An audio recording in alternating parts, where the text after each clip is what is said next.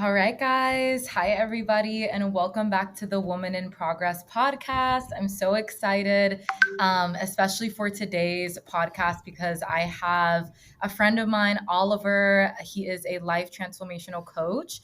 And I know you guys love to hear all the things around self development, healing, really becoming your best self, and knowing that this version of you is not better than you in any way. They already live within you, and all we got to do is shed off the things that are not authentic to you anymore. So, Oliver, do you want to go ahead and just introduce yourself and we can go from there?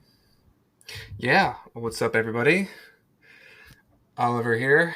I am a transformational life coach, just a fancy little name for what I do, which is helping people turn their past pain into their present power, getting out of self sabotage and into self love and leadership. And we do that through inner work, going deep into the unconscious habits and the stuck emotions that stem from the past, right? Our conditioning, and working through that, giving space, allowing people to actually feel what they've been pushing down for so long, to actually come out of it from the other end of like, wow, I feel lighter. I feel more clear. I feel more present, more peaceful. And that's actually not where a lot, that is where our power lies. So I'm helping people go from force, right? Pushing, to power, which is I'm being pulled by a vision and my purpose and my passion, and I'm choosing who I want to be. So Love that. I kind of see it as like the root of all that we do is this work.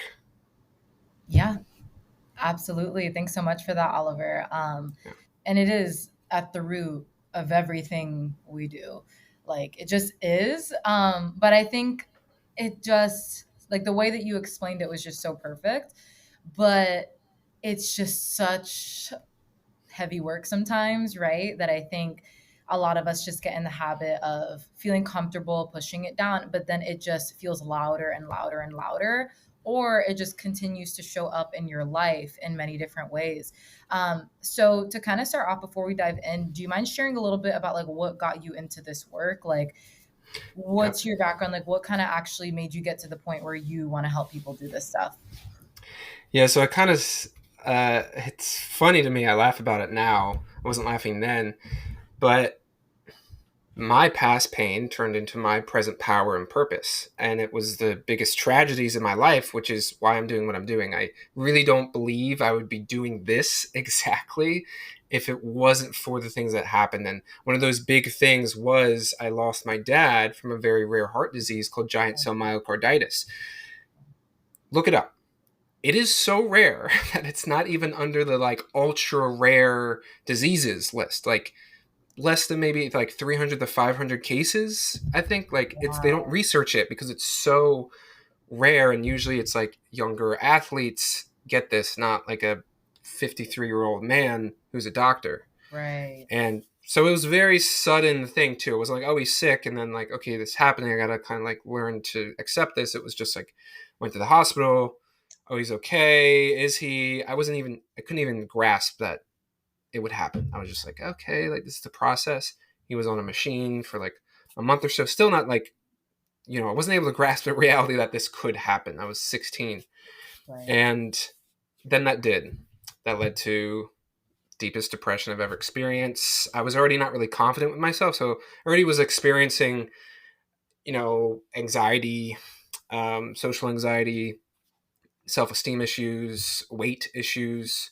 I was really overweight in middle school and beginning of high school, so that was like part of this journey too. That happened, and so I experienced, okay, I know what it feels like to literally be hopeless. And then more bad things were happening. I was in a, not doing the best things, but I was, I started my entrepreneurial journey was I started selling weed. I was like, all right, well, I'll make some money. My dad's gone, and he's the pillar of kind of like discipline. Now he's gone. Oh, well, I can just do whatever I want. So that continued. I got held at gunpoint twice. I got people broke into my house multiple times. So it was like, oh, this bad thing happened. And then it just kept like I just kept getting hit down and down. I was like, okay, I'm not supposed to be happy. Mm-hmm. And through that, I like really started to, I think I just got exposed to some personal development. I got into a relationship that like feelings of love was like, oh, I don't need to be on my antidepressant anymore. And so it did help for what it was in that moment. It did in a way save me. I don't know where I would be if it wasn't for that relationship. But then I went to college, and that kind of led to me becoming a personal trainer. I want to help people. I really care about fitness and improving my body. That's all I was focused on. My major wasn't that. And I was like, all right, well, I'm just going to go through college and, continue the personal training. I was exposed to digital marketing, just like online business. So now I was in this space of like personal development, Think and Grow Rich, like these books that are about success and mindset. And I was like, okay, like this is what's possible. All right. And I started noticing, okay, it's really about identity. It's not just about like fitness or nutrition on my end because I was doing that, but it was about something deeper because I was trying to heal myself. And then this continues, right? So the other kind of like big thing that happened for me was that then that 4.5 year long relationship ended after I graduated. Another kind of like ego death. I don't even know who I am. What am I doing? Like, what's going Mm-hmm. on? Right? You're so attached to a relationship.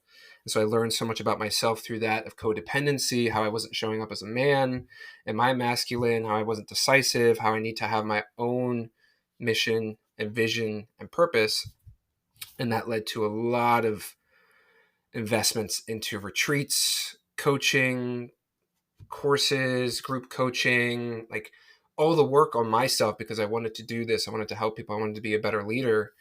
And so that personal training kind of led into mindset, identity work, meditation, and fitness.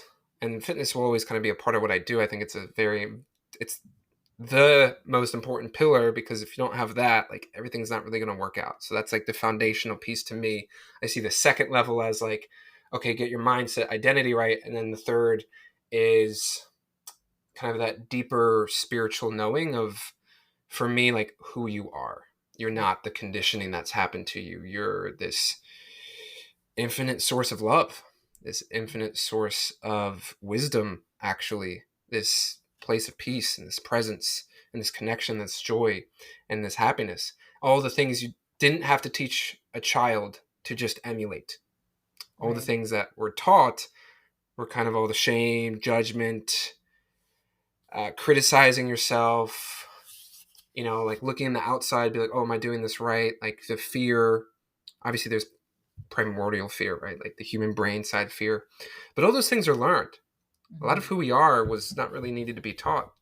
Children Yeah. are just playing. They're curious. They're creative. They're Right. connecting no matter what you look like. Right. And then they were taught. And then we're here and we're like, okay, now I got to work through all those things to come back to who I am. So, I went through a couple different certifications and not really certifications, but like workshops that were very deep into healing those parts of us. It's parts work. It's called parts and memory therapy. And he opened it up to coaches like myself. And I learned that, and I actually used a bit of that technique on our call that I did. And that's how we got connected. And I was able to do that in kind of a more broad sense. But that's like part of that. But that's just one tool. And I really found through the investment of coaching and coaches that I admire the experience of myself and my own wisdom.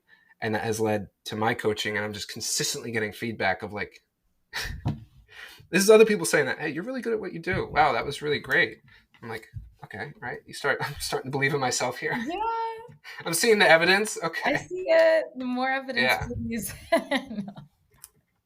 So that's kind of, yeah, that's a little bit of the backstory, but that's part of, yeah, that's the only reason I'm doing what I'm doing and in the position I'm in is because of those moments that were hopeless, that I felt depressed, that I felt completely empty and had, why is this happening to me? And I rewrote the story to what I'm doing now. And, you know, to me, it's like, okay, that happened for a reason. And my perspective is the reason is that I now have these gifts to able to connect with someone to that depth, to be able to find what they're not saying, the unconscious things, to be able to help them out of their spot, to be able to see the highest version of themselves that they're not able to see right now, and help them connect to themselves. And that's why my vision is to elevate the collective consciousness of the world by deepening the connection within ourselves, because we are all a ripple by being who we are, not just by what you do, but Right. who you are affects everyone else. It's your energy. Wow.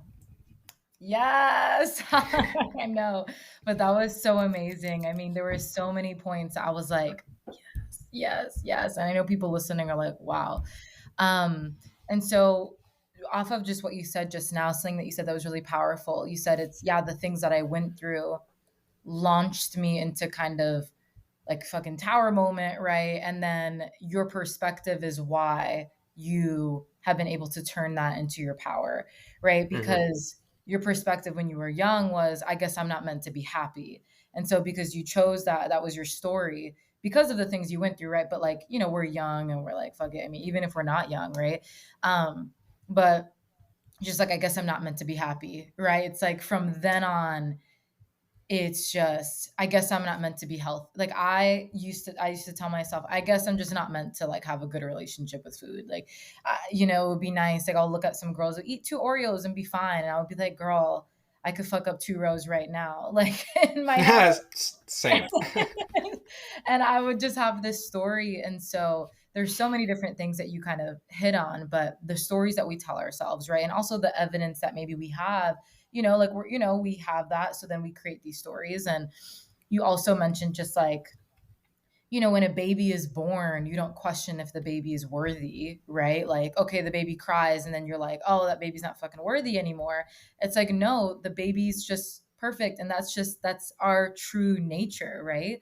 And then we start to pick up, you know, our teacher said this. And I remember like I was a super young, you know, I was just crazy, weird, like I loved doing whatever I wanted type of kid. And, you know, I hear from a lot of people sometimes with this work.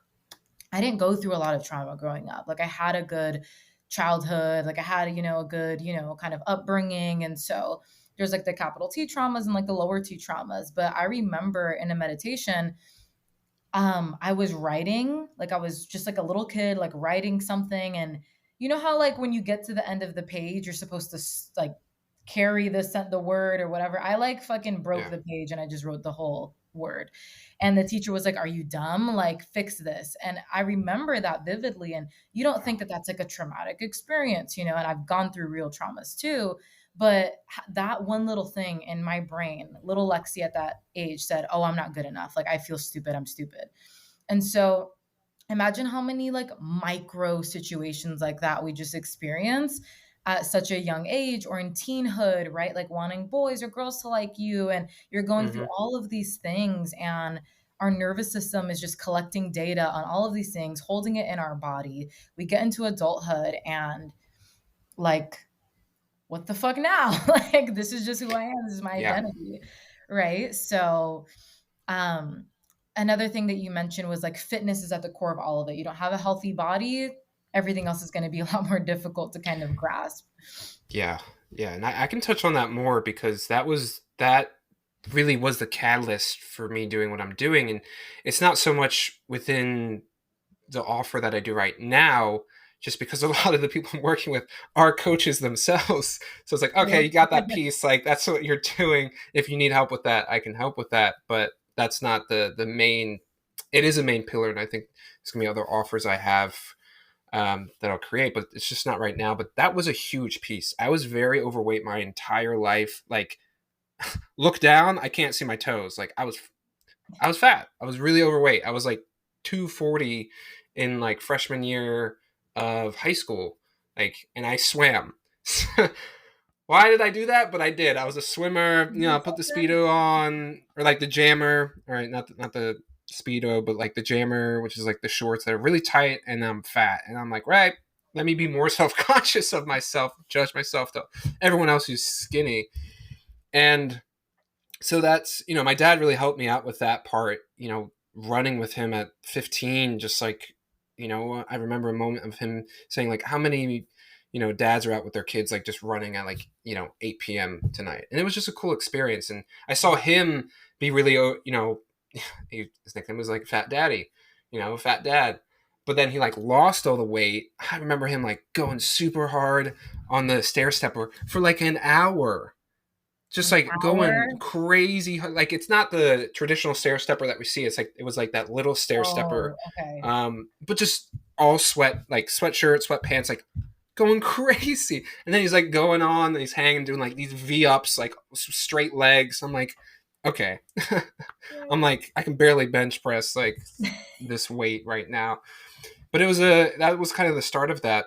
But I wanted to touch on that because that was the start of me just finding some self-confidence in myself, feeling better about how I looked, feeling better about my body. It was definitely coming from a place of like I don't love how I look, Right. and it was definitely conditioned in that. But through like now it's like I'm honoring my body, and I'm honoring the health of my body and the temple, so to speak, of my spirit.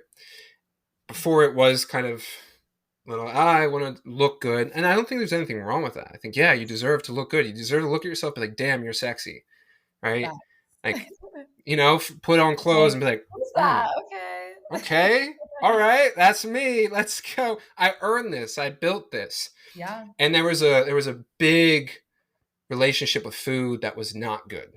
Right. Right. Because I was never learned about it. I would always eat just kind of whatever I wanted. Oh, you did good. Let's go out to get food. Fast food. Oh, you're not feeling too well. Oh, yeah, can we go to McDonald's or Burger King? My grandma's a saint, but she was like, yeah. Oh my God. She would My just God. say yes to anything. So Yes. yes, we would go to Burger King or McDonald's or Wendy's or wherever and get whatever fast food. And yeah, I got really overweight. Now that changed because I was swimming 2 hours a day. But through that depression, especially in college, when I was kind of had a bit more autonomy, the big thing was my emotional eating. And emotional eating is I don't have the capacity or the skills and tools to just sit with myself, to be with myself, to love myself, to take a moment, to be present, to be still. No, I need to. I don't want to feel overwhelmed. Okay, I'm gonna. I'd have these coupons for like Burger King and like all the other fast foods. I would go out. I would spend like $20, get as much from three different places sometimes, sit down, watch Netflix or something, and just like binge eat it all and like pass out and like just feel like crap.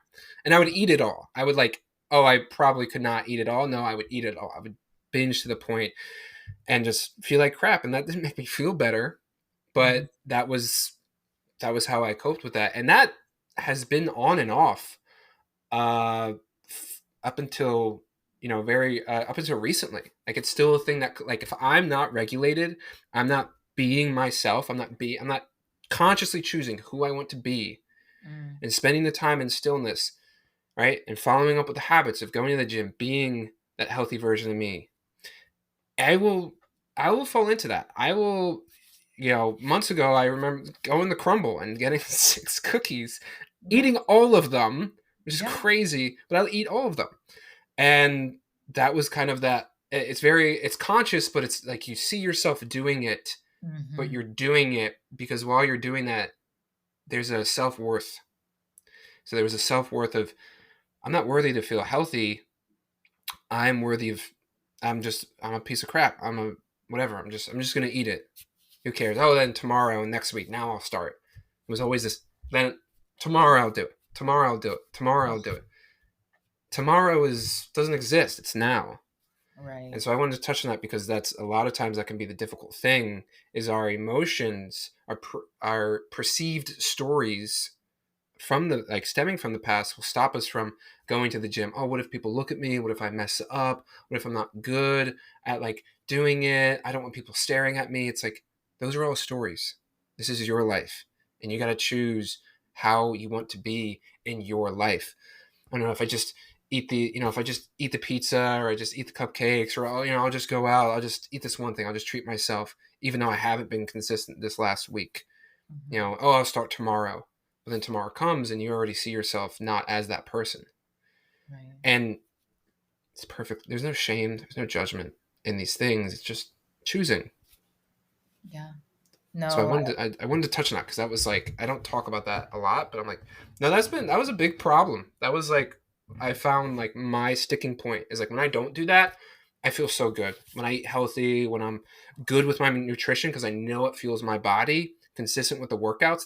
That's why I say that's the foundation, and that's built on top of like the mindset and the spirituality. I see it as like these three rings. Like imagine like a big circle, right? And you got a middle circle and then a small circle. The big circle is your fitness, your sleep, your nutrition, right? It's your physical body.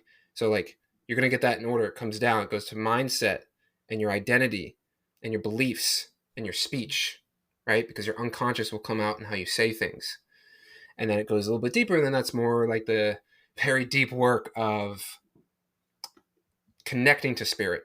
In my mind, it's connecting to God, but connecting to spirit, connecting to who I am, the perfection within, that love, that joy, that inner child, that abundance, that peace, right? My passion, my purpose, right. right?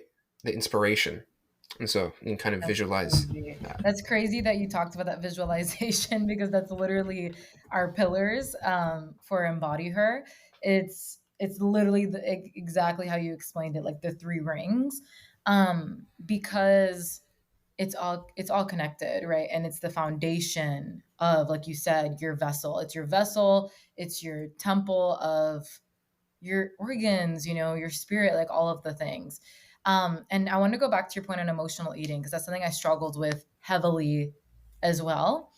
And I just remember I would come home and it was like automatic. Like I would come home, I would go to the kitchen anytime I felt a little bit, and I was just completely unaware of how to like what is coping with emotions. Like that just not something you're Yeah. taught is like how to cope with your emotions. It's like, no, like I would just eat. Like I'm craving cookies, like I'm craving cinnamon toast crunch. And so I'll go in the kitchen and I just remember I would feel the emotion of anxiety in my chest, or I would feel Yeah. the emotion of like fear in my stomach, or I would feel anger or stress in my shoulders. And that was just my automatic response always, was to open up the cabinet, open up the fridge. Oh, there's only fucking mustard, ketchup, and bread. Let me open it up, like as if anything's gonna change. I'm just always opening up the cabinets, opening up the fridge. And when I had gotten to college, same thing. I would pull up to Taco Bell because I was a huge party girl in college. Like I would get like blacked out, and then I would wake up super just feeling guilty and ashamed, and I have no memory. I'm like, what the fuck happened? Like I don't want to hear about anything. I would go to Taco Bell and I would just order like 12 tacos and I would just eat them in the parking lot and like fuck it up. And Yeah. I would feel like shit. And it was the same thing how you said, like, I hired a coach that I really, really loved, and she helped me work a lot through those things. But I would still find myself self sabotaging where I would start to see really good progress. I was making progress in my relationship with food, and I would just go back to old habits. Like I would just go back to that because that was what I was used to. Can you talk a little bit about like the unconscious, identity? Obviously, our egos attached to certain identities. So, like there's like a piece of that. But when we are self sabotaging, and almost something that I noticed to be true for me in my journey and a lot of clients is like almost having this subconscious resistance to abundance, feeling good, making progress, where it's almost like you have to, like you don't have like the capacity for it almost, or like you just are kind of always oscillating back and forth, which is normal sometimes. Like I feel like sometimes you have to get the contrast from the experience of like shittiness to strengthen what you want more. So there's a piece of that. But what are your thoughts on that when you like just the saying of, oh, like why can't I just get it together? Oh, like why can't I just be this type of person? Like why do I keep doing this? Like where does that come from and how do you work through it? Yeah.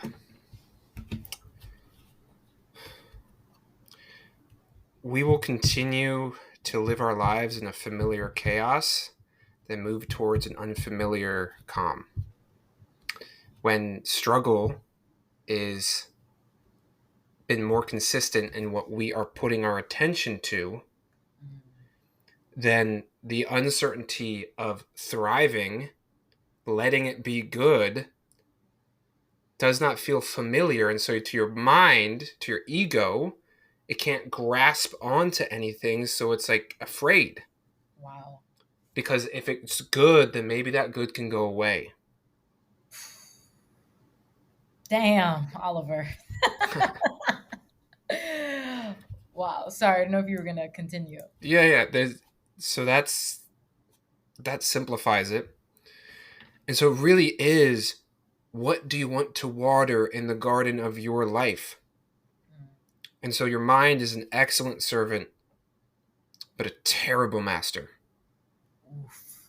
Y'all heard that one? And that's not me saying that. That was a coach told me that. But that was like, That's still wow. amazing. And my mind is going to go to what I've conditioned it to look for. And your entire life, but let's just say the last 10 days. The last 10 days is where whatever your attention has been to, the last 10 days is where your attention is right now, Mm. and how you're thinking and how you're speaking, how you're feeling. So if you just spend 10 days, we could just do 10 days of consistently looking at the positive things in your life and where you want things to appreciate by appreciating it. What are the positive aspects that I desire that I can see right now in my life? What do I want to water? Right? Well, who do I want to be? I want to be a healthy individual. Great. How can I see in my life how I'm being a healthy individual? Right. Can I focus on how good it feels when I eat healthy and go to the gym Mm. in the long term? Can I see my future self, putting on those clothes, right? Or just getting out of the shower naked and be like, damn, I look really good. Or, Yeah. the idea of someone saying, wow, you look really good. You'd be like, thank you. It's not that you need that, but you're seeing that. And the more you see that, well, what's the quickest point from A to B? Right? What's the quickest point? I'm going to show a little visual here. If you're, right, A to B,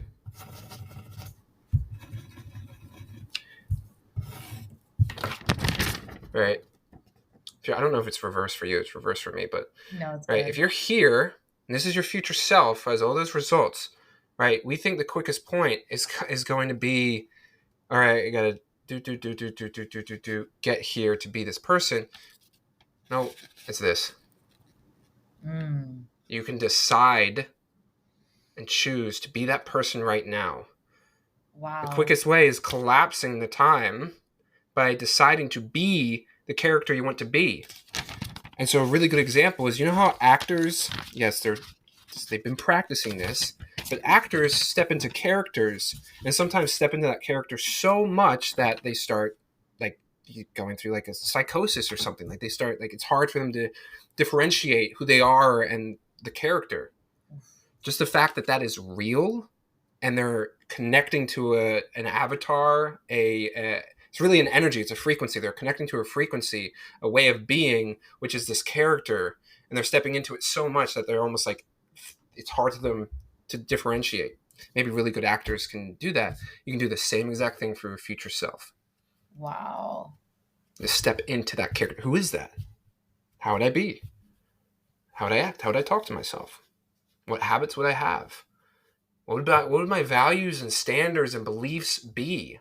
How would what would the story be of my past and how would I rewrite it? What would be my origin story? Would it really be that all these terrible things happened to me, or that they all happened for me to be here where I am? Mm. Wow, that's so powerful, Oliver. That collapse thing was like, wow, because I think, time is obviously an illusion, but I think a lot of us, right, like we um can put so much emphasis on like the extremes or feel like we need to push really, really hard to get to where we want to be, whether that's financially or in our relationships. And it's kind of like this, like, I gotta push. But when you consciously choose and gain awareness, and this is like a process, right? Like, especially if your brain is so used to being, focusing on the negative, complaining, like if you're very, very Yeah. much in that vibe right now, it'll take time, right? Um, but it's just as I had a client the other day, she's like, Lexi, like, I started to find myself spiral a little bit, and I became the observer, right? Like I asked myself, how would my higher self respond to the situation? And she immediately was just able to go, okay, like it sucks. The situation sucks. And here's what I'm going to do about it. And I'm so lucky that this is my situation because it could be a lot worse. And then she starts to create this upward spiral, right? And so it's just a practice of these things. Now, for people who are kind of like in that place of, okay, well, how do I collapse the timeline? Like, how do I choose now? Like, what does that mean? How would you explain to someone who might be thinking like, okay, I'm gonna choose now, but anytime I mess up, I just feel so fucking down on myself and I feel like I'm never gonna get there. Like anytime I mess up, I just feel like, you know, like, is it ever gonna happen for me type of thing. And maybe it's just choosing again, right? Choosing again, what story do I want to write myself? Um, Yeah, yeah, that is very, very, very relatable.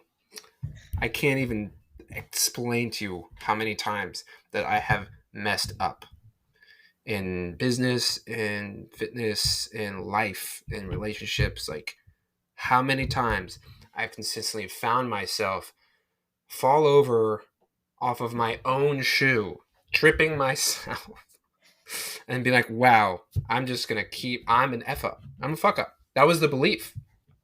A mhm, big belief I've had to work through in a lot of my life was I'm a fuck up. I realized that was my inner child saying something is wrong with me, mhm, but I would consistently believe that, and that was the story, and I was almost manifesting that to happen, like it playing out. So, oh, of course I messed up. mm, Oh, of course I messed up. I'm right and like consistently writing the story until maybe it happens so many times until you're in a such a deep place where you need to look in the mirror and be like, is this really who I want to believe myself to be? mhm, Or is it just so familiar that I'm allowing myself to be it? And mhm, that sometimes that happens. We get so deep into it that we just accept like the worst. But it's still our attention. Our attention is still consistently going to it. We're mhm, still choosing to be this version of you, still choosing to see a a loss or a failure as something's wrong with you instead mhm, of seeing it as an opportunity to learn and grow and improve. And the thing is, just the choice of walking on this journey, walking on this path and journey where you're trying to better yourself, you've already made it. It's just about staying on the path. mm. Instead of trying to focus on just getting to that destination as quick as possible, just focus on like, no, just the fact that I care enough to make this decision to improve myself, to feel healthier because I know I'm deserving of that. You're already doing it. And you might fall down, and that's okay. There's nothing wrong with you for falling down, but it's a conscious choice. And I'm Mhm, always going to empower people. You're not a victim to circumstance. mhm, So you can choose to continue to see the external and just allow that to affect you more and more and more and more. And I know that's difficult for people who are in a difficult place. But I think with what you said of your client, kind of like reframing things, sometimes it's just choosing what's the next best thing. What's the next best thing I can think of? Right? Like, okay, you're in a crappy situation. Like, what's the next best thing? Oh, I messed up. Okay, what's the next best thing that you can focus your attention on? Right. And sometimes just pivot, just one small pivot. Okay. And it's a reframe there. And then okay, what's the next best thing? And mhm. you can kind of go up the ladder of your mind and your thinking by just starting with where you're at instead Right. of because the thing about collapsing the time is spending time thinking about that future version of you and who they are and writing about it, writing a love letter to that version of you, like getting descriptive. Who are they? Mm, Become friends with them. And mm. the thing is, it's not about you just zoom, oh, you're going to be perfect with every single one of your habits. No, it's when you mess up, how do you approach that and see it from the point of view of that future self? Right. Because then Right. that's how you consistently get to the outcome you want to get to. Yeah. That's amazing. No, that's one of my favorite questions is how would my higher self respond to this? And it resonates with some, it resonates, might not resonate with you. I recommend finding something that works for you that your brain is like, oh, clicks, like you saying, what's the next best thought? Like, what can I choose better? And, choosing that for yourself, regulating your nervous system, breathing, okay, shaking off some feelings and choosing how you want to Yeah. feel and what thought would Yeah. be empowering for you.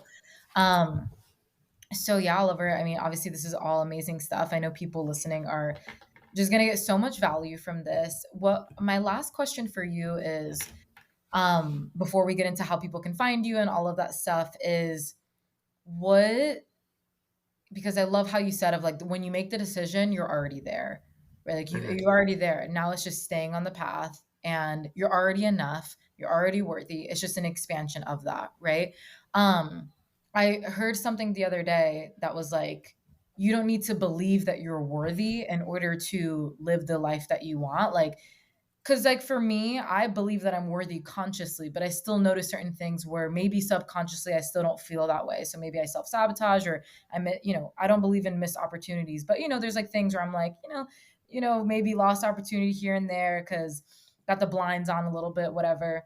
Mm-hmm. What are your thoughts on that? Like, do you believe that you have to believe and choose that you are worthy, and then everything else will kind of fall into place? Or do you believe that as long as you deep down have a belief that you are not worthy or deserving of certain things, as you grow, that you will kind of continue to self-sabotage? And so a really, really big part of the work is feeling that you're worthy. Or do you believe more of like, no, you're already worthy. Yeah, you got to do some work, but like that's not going to stop you from your blessings. So I just wanted to hear your last thoughts on that.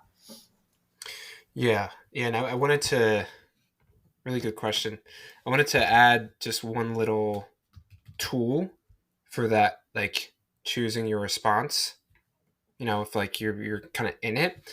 And it's really simple. And you can do multiple times of this. And I just call it the 5-5-5 method. And you could be the 5-5-5, like 4 fives, right? You could do it 5 times, but just 5-5-5.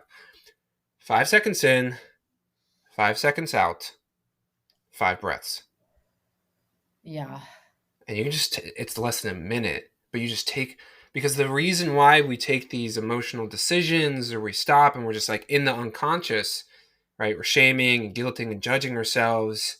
We feel like, screw it, is we're not present. Because when we're present, we're able to kind of witness a bit more. Take a step back, make a choice, right? Because if you're trying to make a choice in the energy you're in, it's not going to be the choice you want to make. You're going to make a choice from where you're at. And if you're anxious or judging or in shame, you're going to make a choice with that energy, because that's where your consciousness is at. So if you just take it less than a minute, you can do more of those, right? I guess it would be 5 minutes. 5 breaths in, 5 seconds in, 5 seconds out. Very simple. So I just wanted to give that tool, because it can be like, how do I do that? It's like just that. It's like keep it super simple. You'll just have a second of like, how do I choose to want to? Who do I want to be in this moment? Can I just be present with how I'm feeling? Yeah. But and to also, continue, I wanted to actually add to that real quick. Sacred rage, guys, sacred rage. So if the breathing as well, like that is going to help regulate you. But if you just need to punch your pillow or scream, all of those things are also, ways to release that energy. Because I know I have had some girls like, Lexi, but I just can't breathe. Like I need to like scream. And I'm like, scream then, like fucking scream if that's what you need to do. Right. hell yeah. But in those moments, like how Oliver was saying, where I'm using me as an example, you got locked out of your fucking car and someone's trying to scam you. I'm like, it's a lot of breathing. Woosah. So yeah, I just wanted to add that in there for those thinking like, I feel like I'm going to fucking hyperventilate if I need to like, let out that rage or anger that I'm feeling. So now what were you going to say after that? Yeah.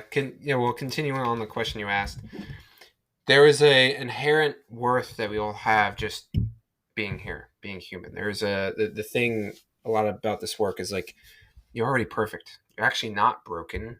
We're getting rid of the stories that you are. But I keep seeing evidence that I am. It's like, yes, that is your ego. You're also human. So inherently you are worthy. And I do believing you're worthy of a certain level of abundance, or believing that it's not even that you're worthy no matter what. And so you are abundance, you are love, and you have an infinite supply of that. And it's being able to see that. And so there's inherent worth and value of you just being you, right? And giving that to your inner child unconditionally. And then there is like a worthiness that, well, okay, show me that you are. How are you showing up in your day to day? How are you showing up in your relationships? How are you showing up when no one is seeing you? Are you who you say you are? And then that's the worthiness of, in my mind, it's like God is going to put things in place for you to show that you are worthy, because Mm, you're not just saying that, you actually believe it. And so if you're like, oh, well, it's hard for me to believe, then it just starts with courage. It starts with wherever you're at, just having the courage to believe, having the courage to believe that, yeah, your life can look better. And there are many things in your life right now that are great and that you can be grateful for, because it's not just that it could always be worse, but sometimes we really don't see what we do have yeah. because we're watering weeds, but we Mm, want tomato plants. And all we got to do is bring our attention over to water the tomato plants. And if maybe you don't have tomato plants yet, right? mm, There's other things you have that you can water, like, oh, wow, I actually have all these things that, you know, I can be grateful for. I can be happy about. I can appreciate. I can give my care, love, and attention to. Right? mm, I am worthy of these things that I do have. Wait a second. Life's actually not as bad as I'm making it seem. mhm, I've been through a lot and I've gotten to this place. So, okay, yes, I am strong. I am powerful if I've gotten through all of that to get here. And then if you want to plant a seed, it takes some time for that seed to grow. mhm, So there's patience involved in watering that seed every day, watering that vision, watering who you're choosing to be, and showing up and really being able to say, yes, I am worthy. Yes, I mm. am worthy. That's powerful. I love what you said, about like we are abundance, we are inherently worthy, right? Like we come from that source, right? We're Yeah, already you have trillions of cells helping out every single function of your body. It's like, I don't know what it is, abundance, but right. I there's a mean, lot to you. right, right. And that, oh my God, that was really powerful that was very powerful where you talked about, um, like who are you when the doors are closed, like, and that could play into that worthiness, right? Because God sees you and God is going to say, hey, homegirl, homeboy, we need to show up in these areas, grow that patience, grow that, those areas that we need to grow for ourselves, and we will then feel more worthy of it because we are doing the thing and we are, you know doing those things. You're not going to feel deserving of something that, deep down when the doors are closed, right? Like maybe you're not upholding 100%.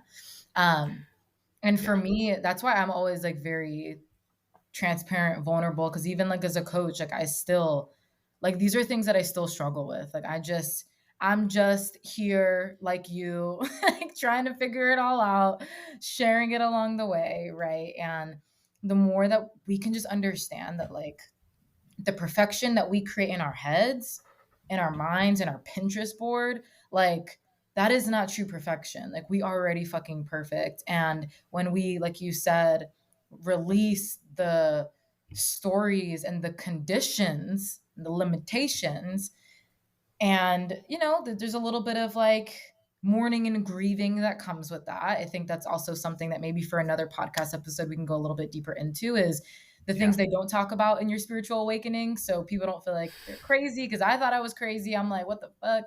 I thought I'm supposed to be feeling like super close and amazing and butterflies, and I was actually feeling a lot of grief and mourning of an ego, like a part of me, and just like a part of my life. Yeah. But were you going to say something It's to that?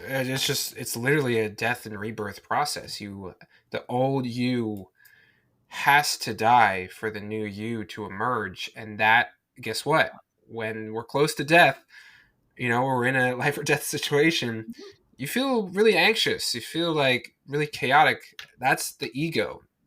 And your Mm. brain is all, there's some kind of actual brain chemistry there of your brain will keep attention to what's familiar. It's a pattern recognition machine. So it's trying to keep like, your ego and your mind are like, who are we?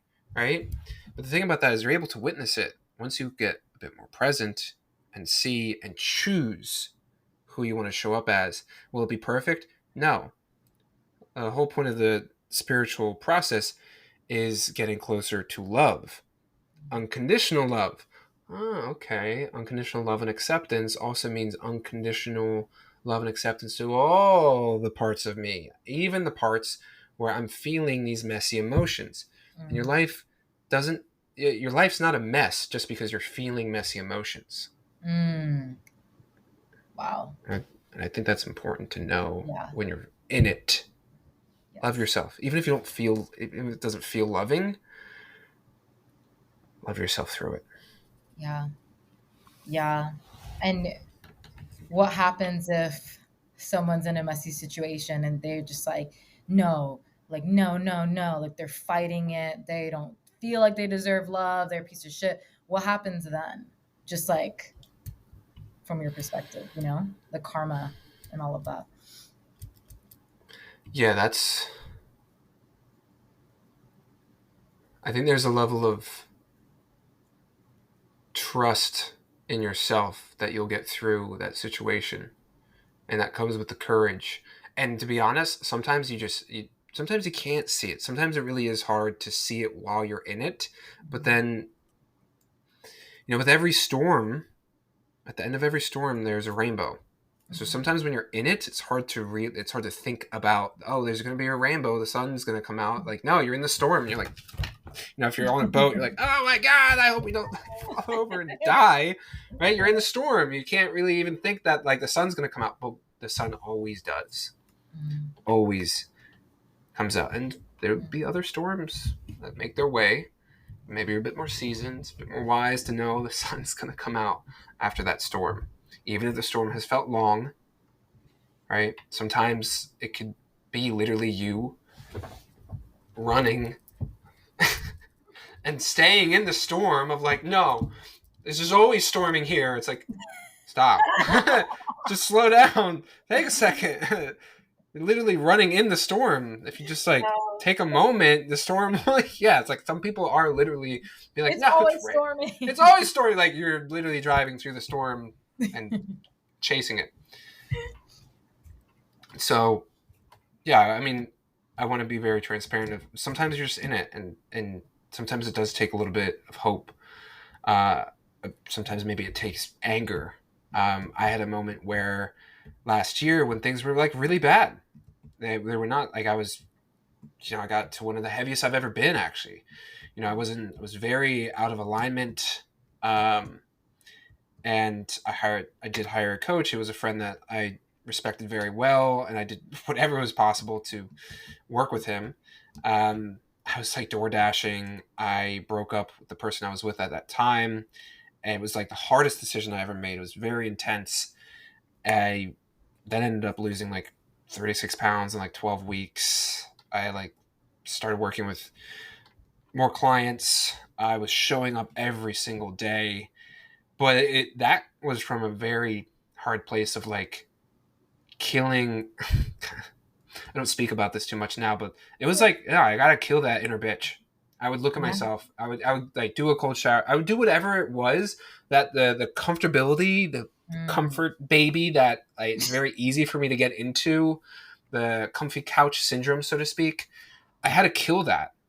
So I did like 400 meters of lunges every day for like 40 days consistent. I was like door dashing, just to get because I was like in this place of not really doing anything, and it had to be very hard kicking the ass from that coach and just getting me out of my own way. And so sometimes you just got to use what you have, and for that I had to see that loving myself was being hard on myself, and I did get myself to a place where Mhm. I could actually feel grateful for what it is I did have, because I did Mm. have proof of it. I had like no proof I did have proof of things, but like very recent proof of like, oh no, I should just love myself and feel good. It's like you haven't done anything, you Right. know? Get the fuck out of your way. And I had to Yes. really look in the mirror, and it didn't feel good at all, but it's what I had and what I used, and then I was able to get myself to a point where I could use different energy. And so Right. knowing that like the scale of consciousness is a scale, and sometimes it can be very difficult if you're deep in the fear to get yourself right into love. All right, well, like, yeah, sometimes it's like you're in fear but you desire more, and like, yeah, get frustrated that you're like, you know, maybe you can get frustrated, but then like go higher into that of like, you know what, I'm gonna make a change. I'm tired of settling with this, because Right. you don't deserve to settle. And so that's a Right. choice. It's a choice to choose to settle for the life you're living right now if it's not what it is you want. Right. Yeah, we're not settling over here, guys. We're not doing it. And if you want the simple life, that's great too. But that's still not settling, right? No, that's awesome, Oliver. You know what you mentioned about just like the comfy baby. Oh, I know her too well, or him for you, but little Yeah. comfy baby, ooh, it doesn't feel good. Like get the fuck up now and go do them hip thrusts. Yeah. So we know the comfy baby all too well, but doing hard things. I love how you said that was a form of self-love for you, because you were like, fuck no, we're getting up. Like, get the fuck up. We're doing this cold shower. We're doing these lunges. We're doing the work because you clearly respected yourself enough to not stay stuck in that. And sometimes being stuck for so long, you kind of hit this barrier Hmm. of like enough, right? And maybe that was frustration. Maybe that was fueled by a sense of like, I don't like the way I look, or I don't like this life. I don't like the way I feel. You get up. And then once you're no longer driven by the pain, that's when you need to transition into being driven by like a power, right? And that power of like your vision. And, like you've gotten there, you feel good. So the pain's gone now. So, I mean, if we're always using the pain as like a form of motivation, it'll work. But when you are driven by something, that a vision that you have for yourself, bringing healthy habits to your future kids or whatever, like you're driven by that, it'll continue to pull you for the rest of your life. And this is what I tell a lot of my clients, because, okay, girl, you feel like shit now, but what happens when you feel good?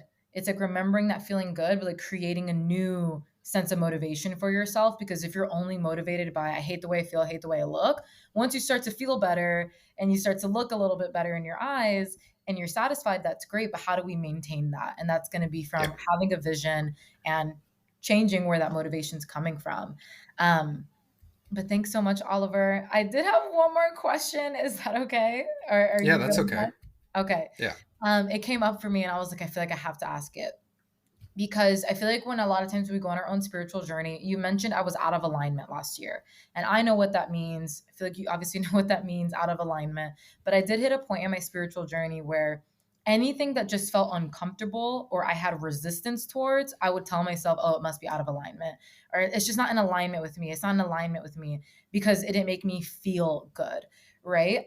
So can you, just for everybody listening, kind of talk about your opinion and your thoughts on the difference between when something's truly out of alignment for you and it's truly incongruent, and when you're just feeling resistance toward the thing. Yeah. I think one of the biggest things is that feelings aren't fact. And just because it feels uncomfortable, just because there's resistance, doesn't mean it's bad or out of alignment. That really has to come to cultivating presence. If you don't have a connection with yourself and you're not cultivating that every single day, right? Even 5 minutes of just being with yourself, connecting to your heart, then it will be hard to have the discernment of what is in alignment with your heart and what's not. If Mm, you don't know the future version of you that you want to step into, if you don't know your vision, if you don't have even an idea of that, then yeah, it's going to be very hard to know when there's crossroads to make decisions if you should go left or right. I think that was right or left, but it doesn't matter, right? You won't know which decision to do because you have no destination, you have no lens, you have no target, you have no idea of the path you want to walk. So one, it's knowing that. And once you know that, then be like, okay, well, let me feel into this opportunity or taking these actions or these habits or this thing. Okay. Can I entertain the idea of what would happen by doing that? Yes. Would it be good for me? Yes. Is it in alignment? Technically, yes, it's in alignment with my future self, but it doesn't feel in alignment with my current self because I'm not that future self. I'm not allowing myself to be that future self now. And so I also said, I made a piece of content around this of the bigger the resistance you have or feel in your body and mental resistance towards something that you likely say the words, oh, I know I should do this. The bigger the resistance to that is likely the bigger or the farther away it is from your current reality. And so your current self is like, we're going to die if you go there. Because like you won't be me anymore. You'll be someone else. And so you'll feel that pressure. Oh, wow. Right? Especially if it's not something you're used to, you'll feel that uncertainty, that fear. And so then it's about courage. Stepping into the courage of like, yeah, I'm going to feel the fear. I'm going to do it anyway. Every day I woke up and I did those lunges. I did not want to do them. I hated them every single time because they sucked so hard. My legs just like, but I would do it. You motherfucker. Just fucking, you know, sometimes I was like crying because I was just like, I don't care. Like, stop. It's not about me. In that moment, I was like, it's not about me. Like, you know, if the feeling I have of my purpose and my mission and the values I want to hold, then like, if I know they're universal, if you know what you're doing is universal, you want to be a healthier person, you want to be a better leader to yourself so you'd be a better leader for the people in your life. That's a universal value. That's a universal goal. You are literally changing the world by who you are. You become a more loving person, kind person to yourself. You're more disciplined to yourself. You respect yourself enough to take action, even though you kind of don't want to, but you do actually want to, right? Because what you do value is health, right? So even when you feel like not doing it, you do want to do it because what you do value the most is to feel healthier. That's a universal thing. Everybody could get behind that. It's like, oh yeah, like the whole world could be like, oh, that sounds good. And guess what? If God is on your side, then who can be against you? Right. And so that fear might feel big, but when you shine the light, it's a bunny rabbit with a big shadow. I say that all the time. I always tell my clients, like, your fear, like when we repress it or we hide from it or whatever, it's like the freaking jacket that looks like a monster arm and you turn on the lights and you're like, oh, that's what it is the whole time. Right. Yeah. So no, that was awesome, Oliver. And definitely, I love how you said the more connected you are to your heart, the more connected you are to yourself, your inner world, the more you will know at your core what is truly out of alignment with you and what just, is uncomfortable or you just don't want to do it or it takes a lot of work and, whatever. Okay. So thank you so much for your time, Oliver. We definitely have to do another one of these because I feel like we could go on for hours. But can you just let everybody listening know like where they can find you, where they can connect with you? Yeah. So my main platform right now is Instagram at Elevate with Oliver. And you can check out the content. I have a bunch of different videos that can really help with where you're at right now. And if you're curious and just wanting to connect more, you just want to have questions answered, or you'd like to even experience a coaching session. But the way I do things is the work I do is more of an experience than a concept. I could talk all day about, oh yeah, we do this and I do that, and this is what happens in the coaching session. But like, it's like if you've never been on a roller coaster, you're gonna be like, that sounds nice, and then you go on a roller coaster, and you're like, oh my god, oh, you're like, okay, that was very different than what you said. And so I always allow people, because this is a place of service, allow people to experience that, and whether that leads to someone working with me longer term, all good or not, they usually get what they need and their life has changed normally just from that experience alone. So at Elevate with Oliver on Instagram. And yeah. Awesome. Yeah, run over there, give him a follow, connect with him. And I know that there was just so much value. We spoke for a good amount of time, and I know it'll be a binge worthy one. Let's just say that. Yes. So, no pun intended from our convos earlier. Yeah, right. But thank you so much for your time, Oliver, and we'll chat soon. Okay. Yep. Bye, Awesome. everyone.